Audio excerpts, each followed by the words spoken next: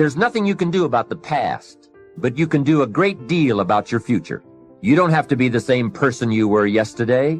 You can make changes in your life, absolutely startling changes, in a fairly short period of time. You can make changes you can't even conceive of now. If you give yourself a chance, your abilities will grow. You have untapped talents and potential that you haven't even reached for yet. And as time goes on, you'll be able to reach deeper and deeper. The first thing you'll know, you'll be able to do things you never thought you could do. You'll be able to handle things you never thought you could handle. You'll have ideas that you've never had before. All of this is sparked by the goal-setting process. When you know what you want, and you want it badly enough, the answers will come to you. I can't tell you why it works. All I know is, it works. Give yourself a chance to become all you can become and to accomplish all you can accomplish. I've got some key words for you to consider. Here's the first one. Appreciation. That's number one. First of all is to appreciate what you already have. Appreciation is unique. It has a sense of opening us up to even more if we appreciate, first of all, what we've already got. Democracy, freedom, free enterprise. To appreciate all of that, to appreciate our chance, to appreciate our opportunity, to appreciate all that it took to bring us to this point. That sense of appreciation makes us unique. It makes us attractive in the marketplace. You know, it's easy not to appreciate it. It's easy to sit down to have your breakfast and not think about how did the salt get on my table. A sense of appreciation. Just the salt that I so casually salt my eggs with in the morning. I'm telling you, if I thought about it for a while, I wonder where this salt came from. How many hands did it pass through by the time it reached my table? You know, who bent their back and mined it out of the salt mine? Who packaged it and who shipped it? And how many phases did it go through before it finally conveniently reached my table and I pick it up so casually and salt my eggs? That sense of awe and appreciation, there's nothing like it. It makes you attractive to have the appreciation of what's around you, the appreciation of the contribution of other people, to appreciate all that it takes for each of us to be successful. You cannot succeed by yourself. You know, you can't make your fortune all alone. It takes many, many hands, many voices, and many people to support one success story. So, appreciation. I've had a new sense of appreciation for my parents who gave me my incredible start. I was an only child. They took extra time. It was unbelievable. I feel the effect of that now. As I've gone through all kinds of challenges as well as opportunities in my life, I still feel that anchor that holds me from the things they taught me, from the ideas they shared with me. The fact that they cared, the fact that they gave me that incredible foundation, it serves me today. That gives us a good taste to appreciate what we have. What it does, it opens up the channel. It makes us ready to receive even more. New ideas now can come flowing in if the person has appreciated what's already there, that's given them the support, made them as successful as they are at the moment. So appreciation. Second is comprehension. The ability to understand what we've got in our hand. That is so vitally important. Some people never recognize what they've got in their hand. And we know that by the evidence, because they do so little with it. If they knew what they had, if they knew the power of what has come their way, if they knew what they had in their hands, in their possession, it would change their whole life. It would, first of all, alter their attitude. Second, it would give them a vision of the future that they never had before. Just a sense, a recognition, a comprehension, an understanding. And all of us have the ability to do that, to understand and comprehend what we've got. Just think about all of the parts of this opportunity. The people, the product, the opportunity, all of the list of things that you've got now in your hands to use as the ways and means to transform your life and build your future. You know, a lot of people have dreams, but they dare not dream too much because they don't have the ways and they don't have the means. They don't have the opportunity They don't have the tools at their disposal. They don't have the influence. They don't have the training. They don't have the teaching. They don't go to classes like we do. They don't have the benefit of other people's experience like we have. When we look at all of that, we ought to really try our best to comprehend what all we've got. Because if we truly see what we've got in our hands, we'll probably multiply what we can do with it in the future by 2, by 3, by 5, by 10. So that's a key word for developing leadership: comprehension. Here's the next word: opportunity. You've got to be able to see opportunity. Opportunity all around you. Opportunity of where you are. Opportunity of the people who can use the products that you've got, who can use your opportunity. Use your opportunity in terms of marketing. Seeing the opportunity. If we're blind to the opportunity, it doesn't matter how valuable the products are, and it doesn't matter how valuable the system is. If you can't see the opportunity, it all gathers dust. It all goes to waste. You've got to see opportunity in every person you meet. That could be another person. That could be another Mark Hughes. That could be another future president's team member. Learn to see the opportunity that's right around you. It's easy to get busy and sort of blinded and just walk along and not see what's possible and what's available. The reason I'm here today is because I saw the opportunity. An opportunity to expand my vision, an opportunity to refine my skills, an opportunity to meet people I'd never met before, an opportunity to go places I'd never gone before, an opportunity to become valuable to an institution, an opportunity to enhance my own powers of development so that I could serve other people. I recognize this opportunity. It's why I'm here today. It's why I'm talking to you today. If I hadn't have seen the opportunity, I'd have passed, been doing something else probably mediocre. But here I am in a very splendid position, an unusual position, having an opportunity to use my experience and influence and skills to touch the lives in the future of millions of people. I saw the opportunity. I took advantage of it. And I want you to be able to do that too, be able to see the opportunity. Now here's what's next. And that is integrity. Integrity means those inner qualities that you do not compromise. The inner qualities that keeps you steady when sometimes everything around you is falling apart. The integrity that helps you to maintain character, all of those qualities that give you a chance to be better than you are at the moment on into the future. Integrity within yourself, integrity within the way that you do business, integrity within the way that you operate and conduct the business of the day. That's vitally important in the development of leadership. Next is morality. There's a right way and a wrong way.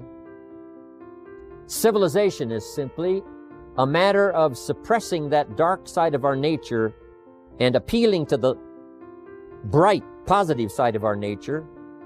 And that becomes sort of a moral code, not to yield to the temptation of doing ill to someone else, but rather appealing to the high side of our nature.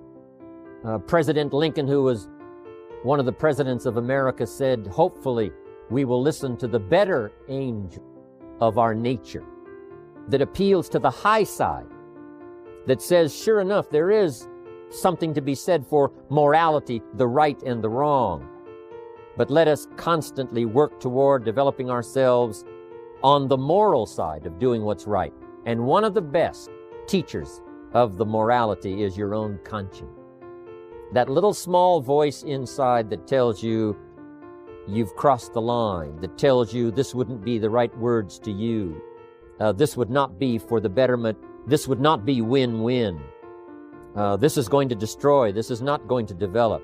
To listen to that inner voice so that we can stay on moral course. It's the challenge Mark has, it's the challenge the company has, it's the challenge all of us has, to stay on the moral course of doing it right.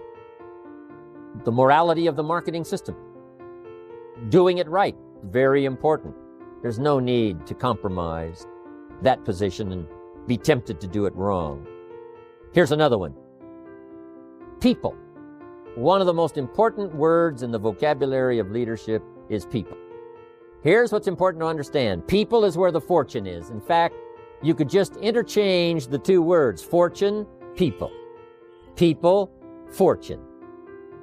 The fortune is not in digging gold out of the earth, because gold all by itself has no value. Nothing has a value unless a human being gives it value.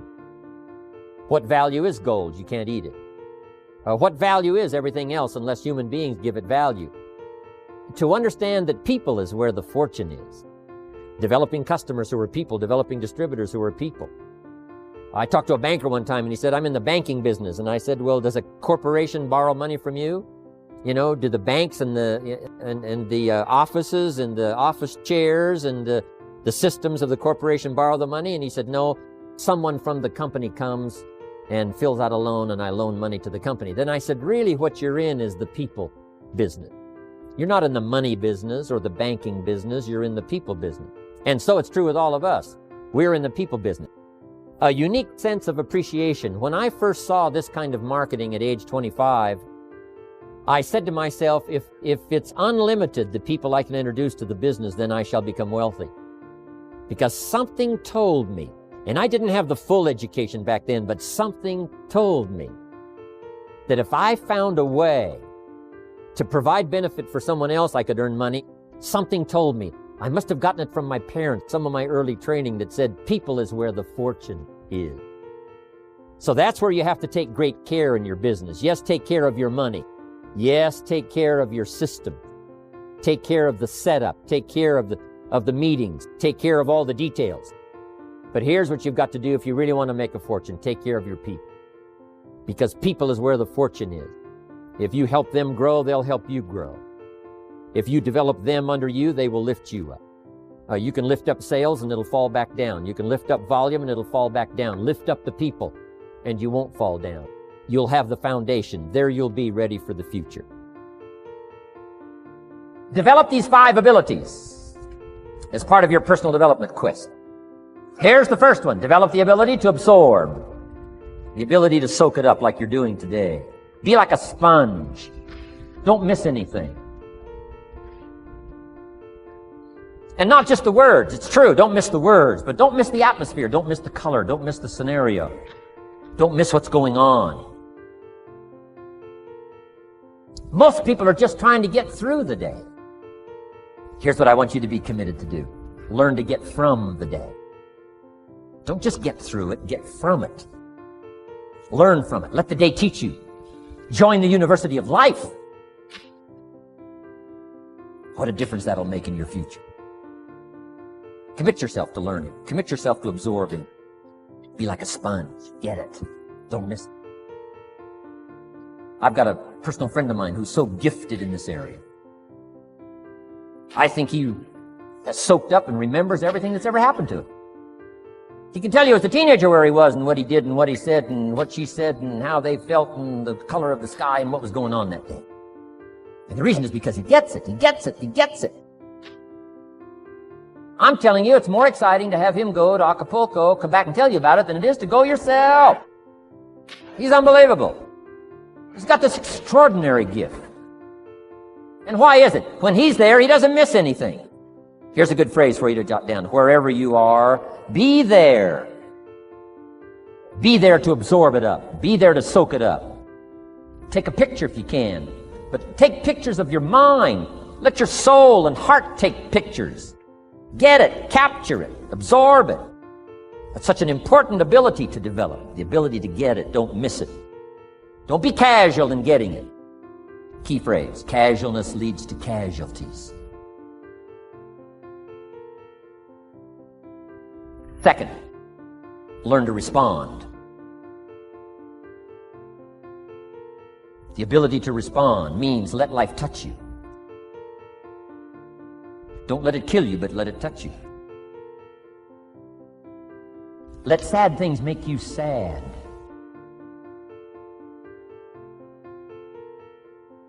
Let happy things make you happy. I'm telling you, give in to the emotion. Let the emotion strike you, not just the words, not just the image. Let the feeling strike you. Let the emotion strike you. Here's what's important. Our emotions need to be as educated as our intellect. Our emotions need to be educated as well as our intellect. It's important to know how to feel. It's important to know how to respond. It's important to let life in, let it touch you.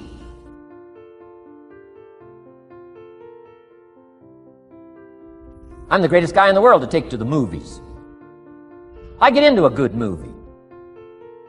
I want a good movie. Make me laugh, make me cry, scare me to death, teach me something, take me high, take me low.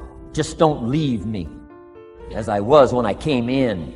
Touch me, do something to me. Wow. I picked up the newspaper in Australia. The advertisement says, see Dr. Zhivago on the big screen.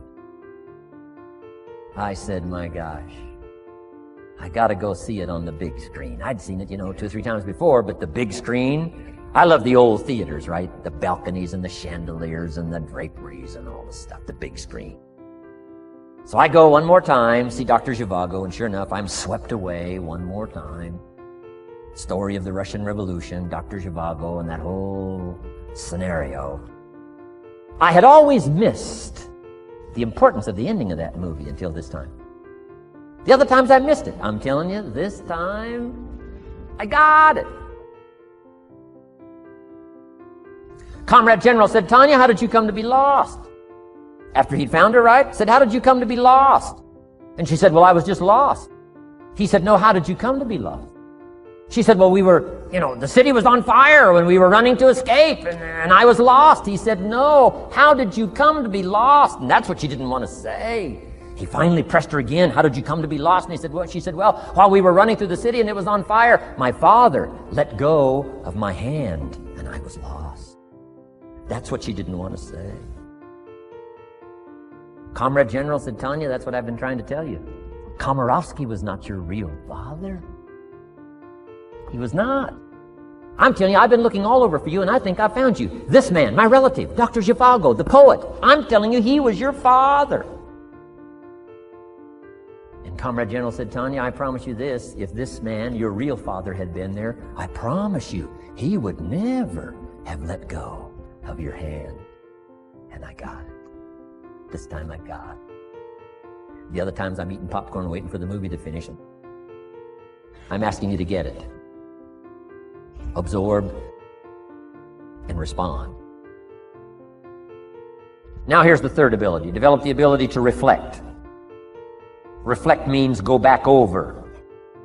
Study it again. Go back over these notes that you're taking today. Go back through the cassettes one more time. Read the text one more time. But there's more to it than that. Go back over your day. I call it run the tapes again, so that the day locks in firmly. Here's some good times to reflect. 1, at the end of the day. Take a few minutes at the end of the day. Go back over the day. Who'd you see and what'd they say and what happened? How'd you feel? What went on? So that you capture that day. A day is a piece of the mosaic of your life. Number 1, don't treat it casual. Number 2, get from the day. And then number 3, go back over the day so that it locks in that experience, the knowledge, the sights, the sounds, the panorama, the color, motion, picture of the day. Just lock it in so that it will serve you for the future, having that day, not missing it.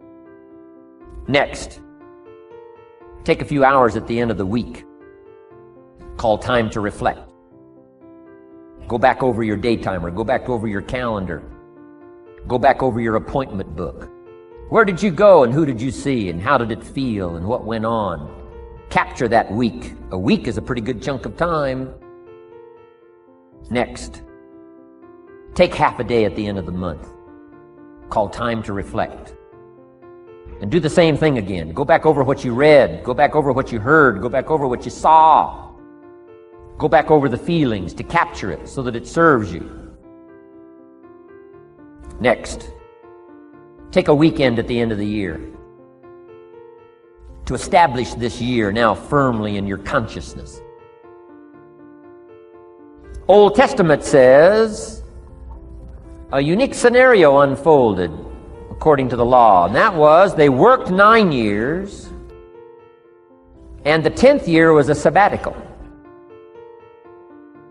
The 10th year, work 9, take the 10th year, and not just to relax, not just to replenish, not maybe just to get physically in shape. Change of pace, we call it in the modern society, but not just for that. I'm sure that in ancient days, that sabbatical was to go over the last 9 years, what went right and what went wrong, and what worked well and what didn't work well. And how did you grow, and how did you learn, and how did you change, and what have you got now after 9 years that you didn't have at the beginning of the 9 years? See, that's so valuable, a sabbatical, some time.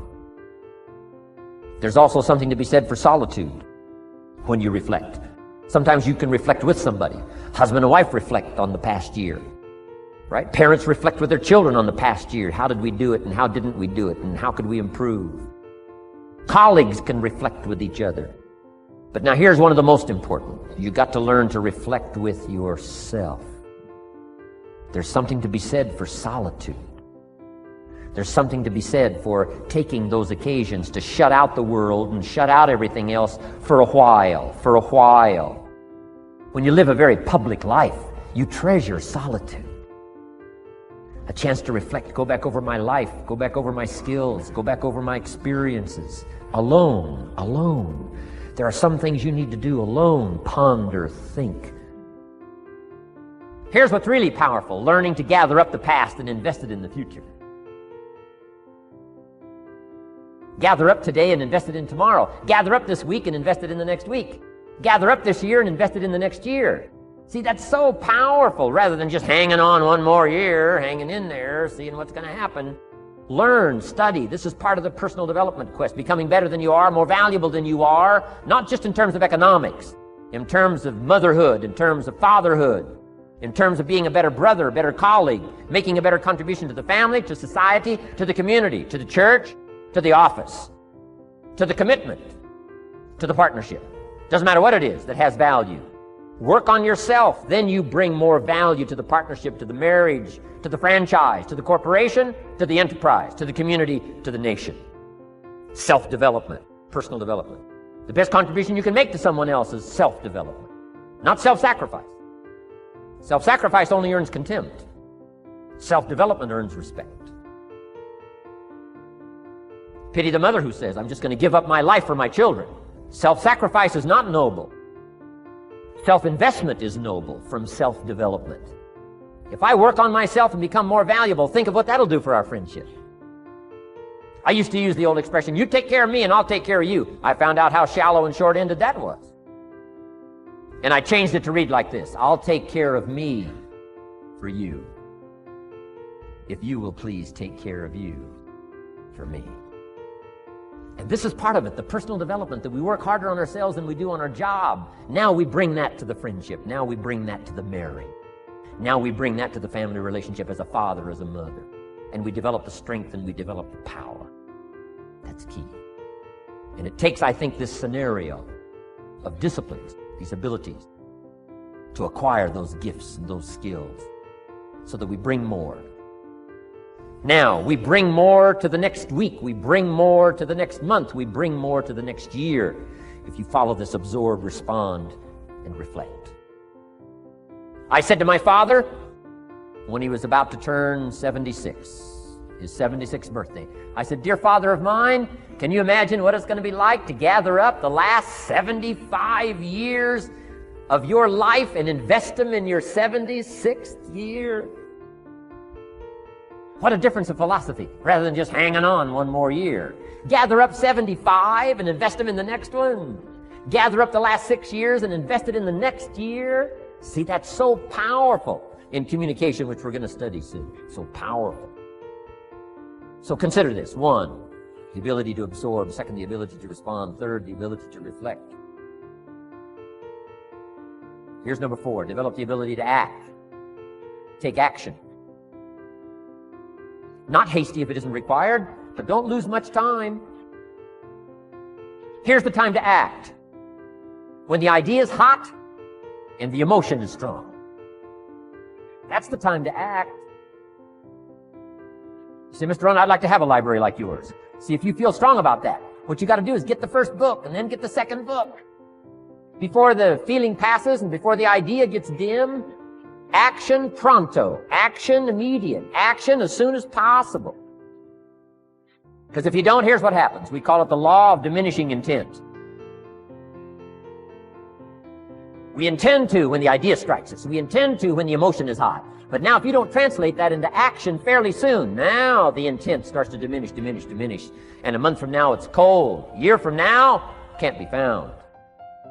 So act. Set up a discipline when the emotions are high and the idea is strong and clear and powerful.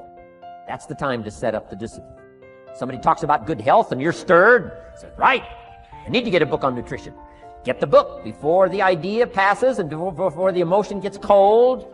Go for the book. Start the library. Start the process. Fall on the floor. Do some push-up. Action. Got to take action. Otherwise, the wisdom is wasted. Otherwise, the emotion soon passes. Unless you put it into a disciplined activity. Capture it. Disciplines is called how to capture the emotion and how to capture the wisdom and translate it into equity. Disciplines.